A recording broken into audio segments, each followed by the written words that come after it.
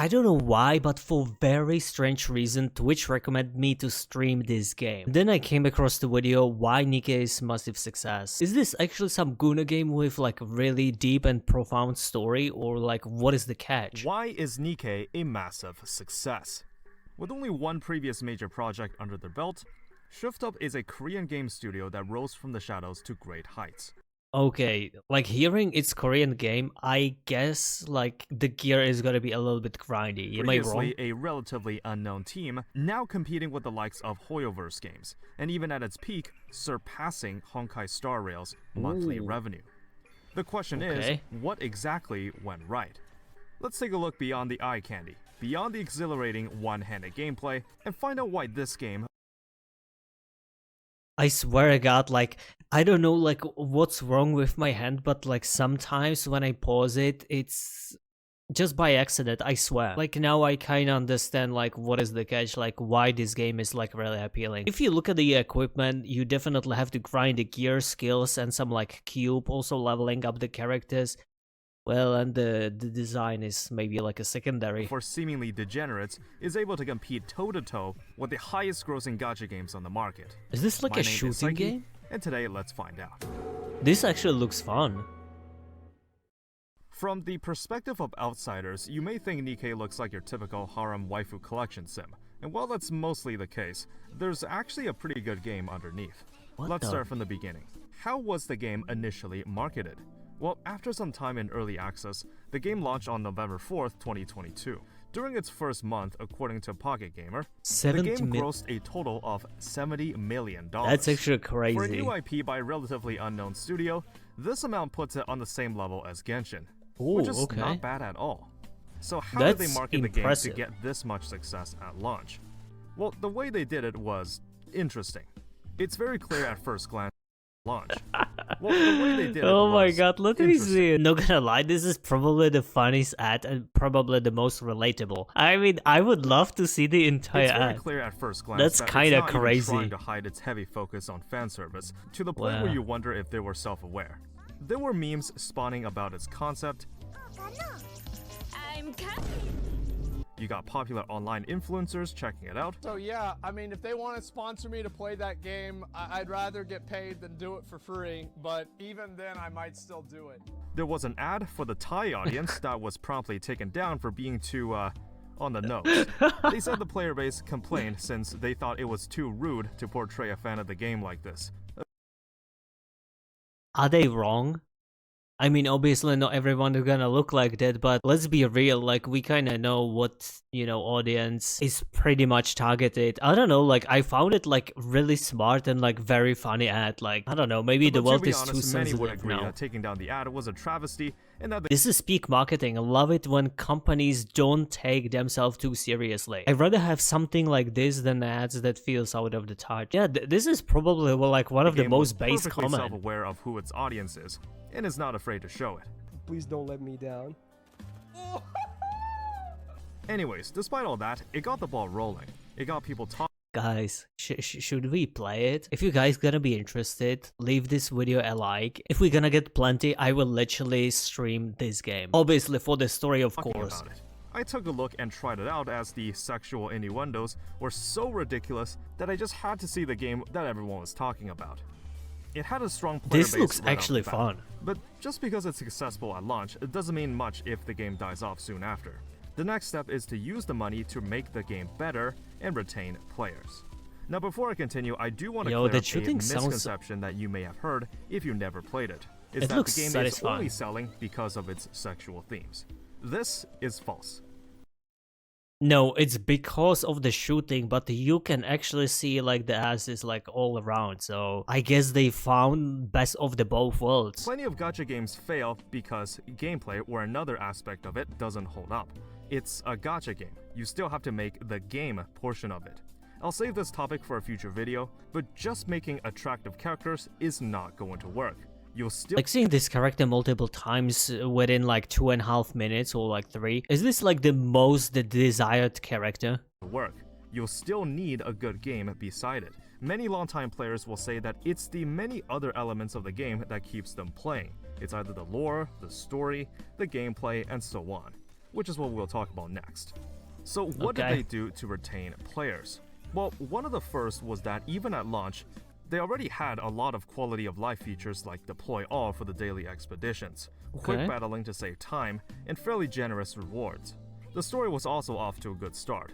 There wasn't too much blocking your progression until a bit later. And what's unique about games at launch is that no one is at the end game yet, so no one can really attest whether or not the game becomes too grindy or not. The generous gacha rates is another aspect that, alongside ShiftUp's previous gacha game Destiny Child, they are extremely generous with the pull rates and freebies. Nikke has an SSR drop chance of 4%, which statistically averages 1 every 25 pulls. There is a coin flip of 2% for the rate up, and every time you pull on the banner using gacha currency, you get a mileage ticket. Get 200 of those, and you can just straight up exchange a copy of the rate up unit. Okay, this is really cool feature. These tickets are permanent, so you can hoard them as long as you please, for as many as you please. There is the cash shop, of course, and honestly, I think 90% of it is whale bait. You really don't need any of these packages that can be bought for real money. Just for simplicity, I paid the $5 monthly welcome, and a year into launch, I have all but 3 units in the entire roster. That speaks volumes about how generous the gacha is, meaning I can play with more teams, and more units equals more ways to play. Even as a low spender, I can actually experiment and see what works, and try off-meta teams for myself. But how is it possible to get that many units from... I mean, the gameplay actually looks really cool. I was looking like at the numbers, like how they, you know, like shooting, but like also seeing the characters is, you know, well, I guess it's just being a low spender. That's the point. Was I just lucky? Well, that's also partly because the vast majority of Nikke's release characters enter the standard pool after their initial banner. Okay, Only in very special cases like summer and collab events will the rate up character be limited. About 90% of the entire roster you can just randomly be spooked by when you pull the gacha. So with the 4% drop chance, you're going to be landing new units left and right. On the standard banner, you also get to wishlist 5 characters from each of the 3 factions within the lore. When you pull an SSR of that respective faction, you are guaranteed to get one of the 5 units you've wishlisted. Again, a great quality of life to help you narrow down undesired characters. And if that wasn't enough, there's also a friend point gacha, where you can get the currency from just sending and receiving hearts from friends, which has a halved SSR chance of 2%, but you can still get SSRs for free from time to time. As you can see, there are many safety nets put in place to ensure you're not left without a new SSR to play with for a while. And the rates are generous enough that you still get a decent amount of the entire roster, even if you go into the game as a free-to-play. Now onto the daily grind. It's quite typical for a live service game to have daily tasks to keep you coming back. And as with other gacha games, you do have to do daily tasks to maximize your output in Nikke. The question is for how long? Luckily, due to how easy it is, you can get them done in around 15 minutes, assuming there's no special event happening, and can even put the game on auto for certain levels. The quick battle feature is also present if your combat level is above the recommended. I feel like when you're playing some games and like having the dailies and it takes even like 10-15 minutes, like at some point it's getting a very like tedious, so having a quick button or quick battle button is really nice, where you instantly clear the level without having to go through it. This cuts down the grind time by a pretty big margin, and is even given as an option for clearing event stages for bonus currency, a feature certain other gacha games do not have. Certain live services lose players. I wonder, like, is this dude like by any chance hating on the engine? Like, don't get me wrong, in a way I can understand him. These are too grindy, but Nikke seems to respect your time while also demanding just the right amount to return every day. I think this should be the standard for future release live service games. The daily tasks should take up to 20 minutes maximum. Everyone's got other things going on in their lives, and demanding too much time to maintain the game will just... I would say it depending like how the dailies are entertaining, because in my point of view there should be the option to do the dailies like within even, let's say, like 5 minutes, basically having some kind of like a speed route if you don't have that much time, or like if you want to collect the rewards, but like you don't want to play the game like on that particular day, which is basically like my case. Like sometimes I don't want to play the games, but like if I calculate that by doing the monthly dailies, I can save like up to 10-11 pulls. Well, eventually it kind of adds up, right? But if I don't feel like playing the game, I'm looking for the quickest route possible. So I feel like if you want the game to be a little bit more enjoyable, the daily rewards or like the daily mission should be like as quick or as fast as possible. Drive new players away. Another way live service games retain players is through elements of FOMO. Or This dude fear of missing hating out, at Genshin, like I can limited time tell. events, limited time rewards, limited time skins, and battle passes. So how does Nikke handle FOMO elements? Let's first go through the things that truly are limited. Every month and during certain events, there is a purchasable battle pass for $20. And reaching the end of the reward track will give you a unique character skin. As it currently stands, if you missed out on the original run of the battle pass, there is no alternative way to get them. This is probably the major thing that truly has the element of FOMO. I think this is probably like a kind of healthy FOMO in a way. It would be way worse if you have to get the character but like skin. I feel like they were always gonna be the time where you will have like limited skins, which makes them unique, so I'm like pretty fine with Though that. this would depend on how much you value cosmetic skins. Another case of this will be collab events. In 2023, there have been two, the Chainsaw Man collab and the Nier collab. It's quite unlikely that these events or characters will get a rerun, but this really isn't an issue with Nikke, but an issue with collab events and gacha games in general. Because of problems that arise with licensing, it's normal for gacha collab events to never get a rerun. So while this would count as FOMO, it's an issue that's shared universally across all gacha games. Now that we're done about talking about the bad parts, what are some ways Nikke does to eliminate FOMO? Well, every event will last either 2 or 3 weeks, depending on its scale. And at some point after the event ends, certain ones are added to the event archive. Okay, this is cool. This is where you can still view the story and play the minigame of certain events from the past. Even the rewards? It is permanent. Meaning even if you started playing today, you can still experience some of the most impactful events the game has had so far. And because of this feature, even new players are able to catch up on the lore and be in the loop on why these events were so good. The event archive is not something typically seen in gacha games, and it is I gotta say, I have to start glazing Arcanite a little bit here, because Arcanite does it really well. Like, thanks to this kind of feature, I'm having like 5-10 more characters now. It's really cool. It's being updated with every content patch. Genshin never rerun events, FGO does it once after a year or so, so having all the best events right at your fingertips this is actually a really smart feature. Way to treat even latecomers to the game. And I would argue, missing out on story content more games is way should more impactful implement than this. missing out on skins. I also want to briefly talk about UI and accessibility. In story cutscenes, you can view the backlog of recent dialogue in case you missed something, and the skip button exists. There's also keyboard shortcuts on PC, so I am really shocked that he didn't show the Genshin Impact in this scene, because that's huge. You just press 1 or 2 on the keyboard when selecting dialogue prompts, instead of forcing you to drag your mouse over the button. These may seem very fundamental features to have, and they are. The skip and backlog button have been present from FGO all the way back in 2015, yet the highest grossing gacha game right now doesn't seem to know how to do this.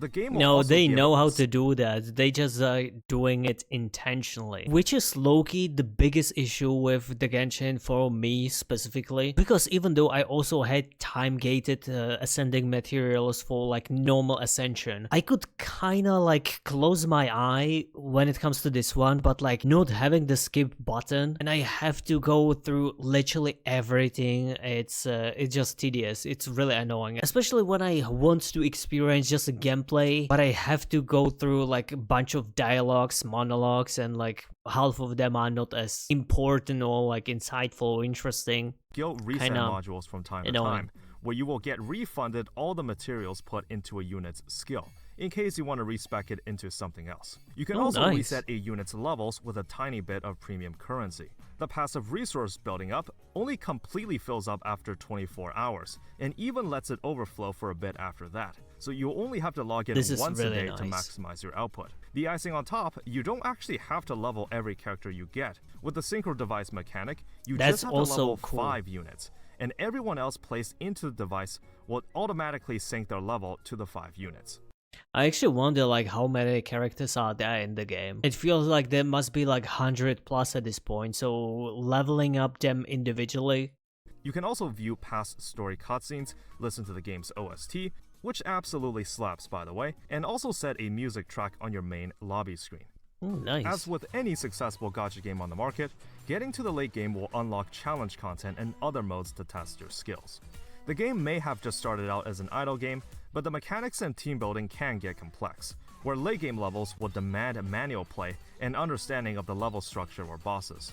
However, unlike Genshin, there is actually significant endgame content in the form of competitive raids. You will either participate as a part of a union for the union raid, or individually via the solo raid that happens once per month respectively. It's mainly an optional challenge for those that are a bit competitive. I mean, the fights There's no look significant cool. rewards even if you place highly on the leaderboard. For the union raid, you get more union chips for spending in the shop for late game upgrades. But Oh, even with nice. little I can investments see that or an there are some inactive characters. union, as long as you participate in it, you will still have a steady income of these union chips. Other than that, there's nothing else for union raids other than a rank that you can show off on the top charts. For solo raids, you will get a bit of extra gacha currency and a unique avatar border Nice. depending on your placement relative to all players, with a tier 3 border if you score in the top 3%.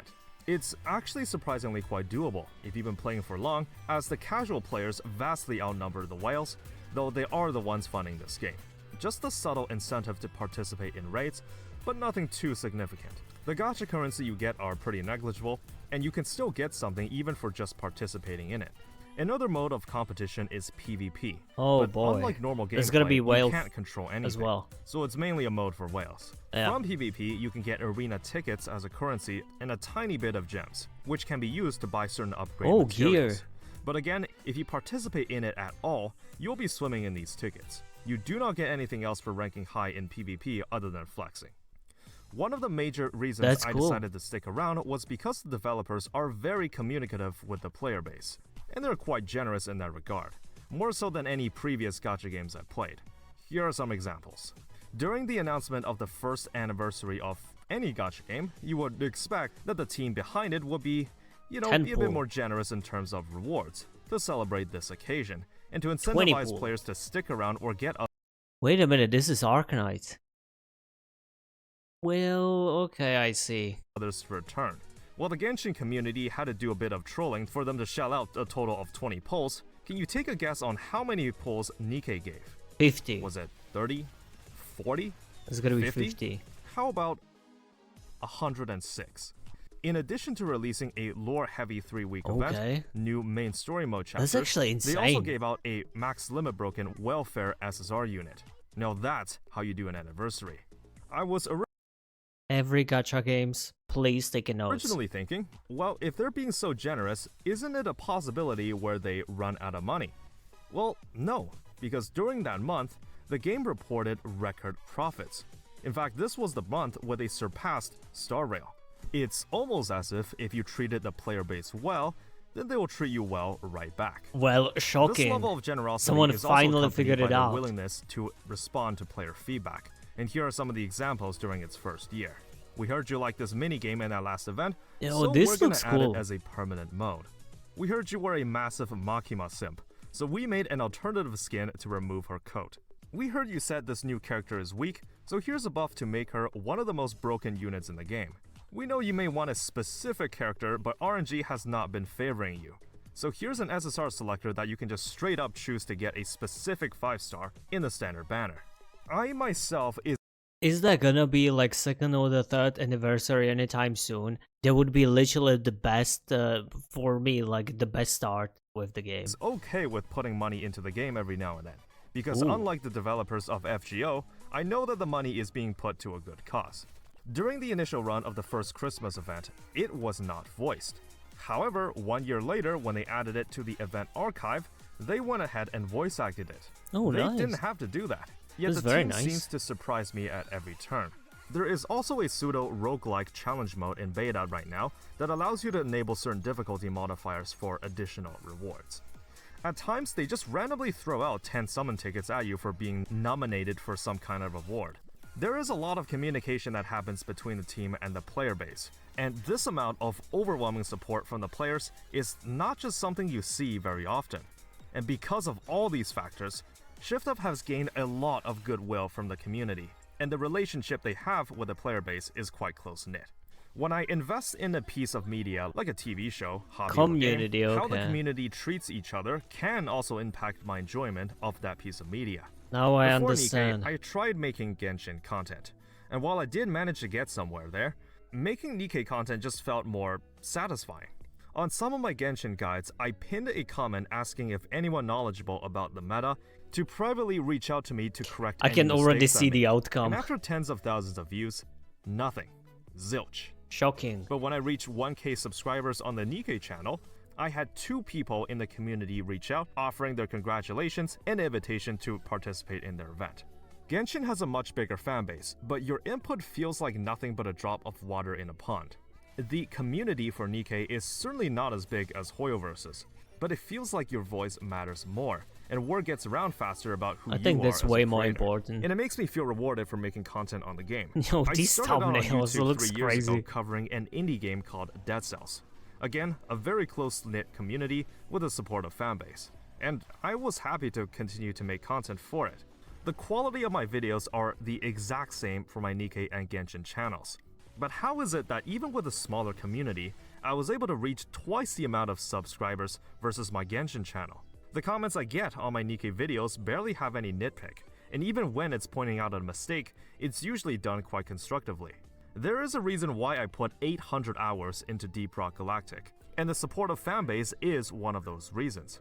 Again, the community for a piece of media can impact your enjoyment of that piece of media. That is so For this true. I can already see it like with the Arcanites, for instance. I mean, not every game I play makes me wanna play more because of the community, but maybe because also like I creating sometimes videos on the YouTube, it kinda makes my experience a little bit more enjoyable, Last way part more of the fun. video, I also want to give some warnings to those already playing Nikke. The game is very generous and it can actually also be dangerous, What? because players will always want more. I've seen some complaints about the gacha rates being unfair, but that's really just the result of being unlucky, and I have been there myself. There are many other gacha games with abysmal It's gonna rates, be me. so the 4% in Nikke is already extremely generous. I've I seen have some complaints insane about luck the when it grind comes to for gacha. late game gear, but it's really not as bad as farming Genshin artifacts or materials from FGO. I've also seen some complaints about the $60 gacha skins. But again, Girls Frontline has a minuscule skinned gacha drop chance of below 1%, and the pity can require in the hundreds of dollars to build up. No matter how bad you think some of the aspects in the game are, the reality is, some others have it much worse than this. There's So despite always these someone discussions, greedier. I'm quite content with the pace they're going. ShiftUp had their cards stacked against them. With already so many successful gacha games on the market, they had to find some way to stand out. And stand out they certainly did. You can't beat Hoyoverse in technical standards. You can't beat FGO in brand recognition, but you can treat the player base better. You can balance just Beautiful. the right amount of grind and endgame content to keep things interesting. And you can build up a lot of goodwill This and is make the crazy player base animation. universally supportive of what you do. Nikke existed in a perfect storm. It was smart enough to take advantage and propel its way to the top. I thought a lot about what kind of content I wanted to create next on YouTube. And reviewing the stuff I talked about in And when I saw the booba, everything starts making this sense. video only makes me feel that I made the right decision. Thank you for watching. I hope you learned something new or got interested in trying out this game. Call me crazy, but I would rather playing some type of like Gundam or like heavy armored like dudes or the knights like fighting the demons, things like that, over these like, you know, cute polishing chicks. But overall, what I'm seeing, there are a lot of like shootings, and in a way it feels, or it looks at least, like really interesting. I kind of wonder like what kind of combinations you can do when it comes to the fighting. I guess based on this like shortcuts, you can activate some skills of each character and like create some different like combo to like burst some like more damage or so. So probably there's gonna be some element of combinations, which I believe could be fun. Plus Plus, if you feel bored, I guess you can click on the alt button and just enjoying your favorite ass. But either way, really interesting game. Let me guys know, shall we try it? Actually, one thing that I didn't hear properly was the lore, the story. Somewhere I heard that the story is rather good, but I didn't hear it as much here. But maybe we should just try it and see. Either way, really interesting video. Really appreciate it.